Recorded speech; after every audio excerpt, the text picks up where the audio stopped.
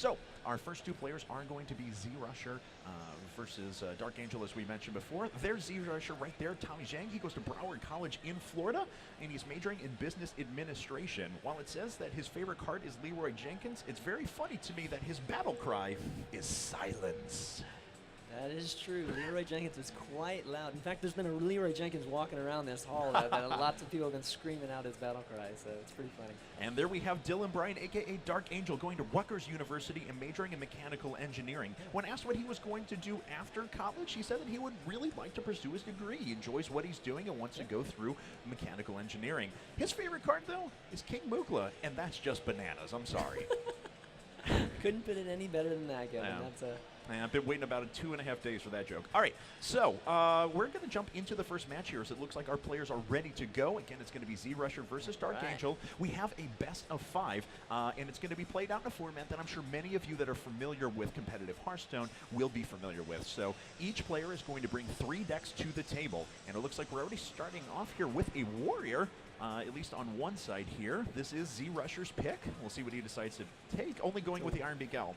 Yeah, it looks like, I'm guessing it's going to be a hand lock, given that there's an Iron Beak Owl, and yep, it's looking like a hand lock. Now, we don't actually know all the decks they're going to use, nor do we have deck list information. We have rough ideas as we talk to the players beforehand, but some of these cards could be a surprise for us. So we have a Warlock versus a Hunter to begin things, Handlock versus could be a Rushdown deck here, as we have Deadly Shots, Timberwolves, Explosive Shots, Explosive Traps. We'll see if he goes for that Rushdown or is carrying the mid-range Hunter. Yeah, it's, the Deadly Shot is typically something you'd see in more of the mid-range, the new Hunter, I guess, that maybe you guys have seen Frodan's, Frodan's walkthrough on it that he's done on IR2. Oh, and there's the Savannah Highmane, so it's definitely going to be definitely the new Hunter, which for those of you not familiar with it, it's not this crazy rushdown version of the Hunter. It's a little bit more of a board control, and Savannah Highmane is a big part of it since it's very, very valuable these days with no silence. That's right. And turn 2 is not going to offer much. You don't want to throw out those traps right away. You are obviously going to want to use those for delay and also for your Eagle Horn bows as you get down towards the line. So he's considering just throwing up a steady shot right now, which is probably his best play. Yeah, I think the nice thing about the Hunter is that you always have 2 damage you can do anytime you have 2 mana, and it keeps your the pressure on your opponent, and particularly the Warlock, because the Warlock wants to have health so they can continue to draw cards. And this isn't too bad of a curve or a hand for our Warlock either. And he's got some good heal. He's able to taunt up and should be able to contain it, is basically what his opponent has. Looks like we just drew into a Timberwolf, so again, not a ton of plays available. I mean, there is the potential to throw out an Animal Companion and test the waters, but of course that is a 1-in-3 shot. We'll see what he gets, and it is... a Tamisha. It's typically the... in this matchup, I think it's preferable to get Misha over something like a Hogger. Sometimes Hogger, if you work the Warlock's health down, he can play the Molten Giant a lot earlier than you probably want. Ooh, Soulfire's use and discards the Iron Beak Owl, which actually could come back to haunt him a little bit if we see that Savannah Highmane come into play in this game. Absolutely. Let's see. DarkAngel's got a few plays here. He just drew the King Mukla. You're talking about bananas, so. Oh boy. I don't know if it'd be a great play here, given that if he plays the Mukla, he's going to put the 2 bananas on the Earth and Farseer and probably remove him easily there. Yeah, definitely. I mean, especially in a handlock here. So, not a lot of obvious plays. I mean, he could certainly just, do 2 damage and pass the turn, and he's already going towards that steady shot, and that may just be what he does. Yeah, it's not the best time to play something like a freezing trap because you want to save that for a giant.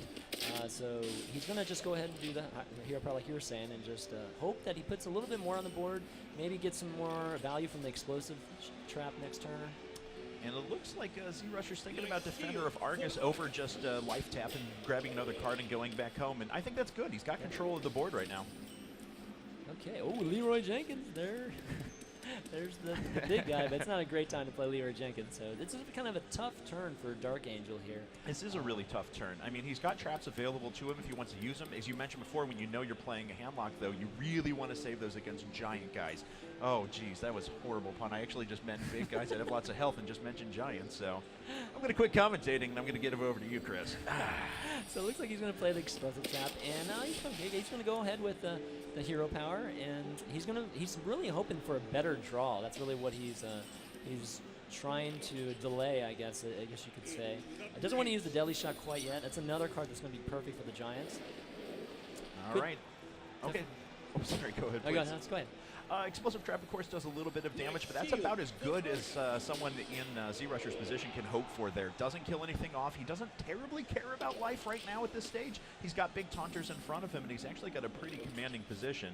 So if we're taking bets on the players here, one measure we could potentially have is their total level. You know, whenever you check out your quest log and you see total level in games, total level for DarkAngel, 341. Total level for ZRusher, 460. 460, okay. So average level of 51 on each of his characters. Nice, nice, very nice. Okay, it looks like DarkAngel, he drew a Houndmaster, which is kind of good. I mean, he can at least play a Timberwolf and taunt him up, put something on the board, delay a little bit more. Again, he doesn't have the great cards to really clear the board and put him in a really, really strong position here. So I think he's going to opt for that Wolf play with the Houndmaster here. Right. But, of course, he's still going to take a lot of damage next turn as that Defender of Vargas that's sitting at 3-2 will probably just crash right into it.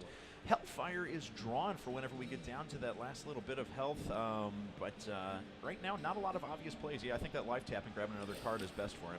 Yeah, life tap. He's got a couple of removal cards in the Shadow Bolt and the Soul card, so he can actually remove both of these with his cards if he wanted to, if he doesn't want to trade something on the board. But I'm thinking he'll probably trade something here. Yep.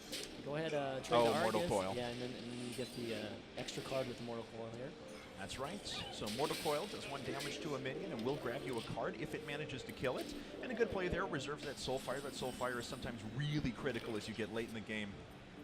Okay, so DarkAngel, I mean, at this point, you're just trying to stay alive. So, you know, all this cost effectiveness with your cards, it kind of goes out the window because you're down to 11 health here. So I'm thinking he's going to use a Deadly Shot here, probably kill Command too. Absolutely. That gives him a full board clear.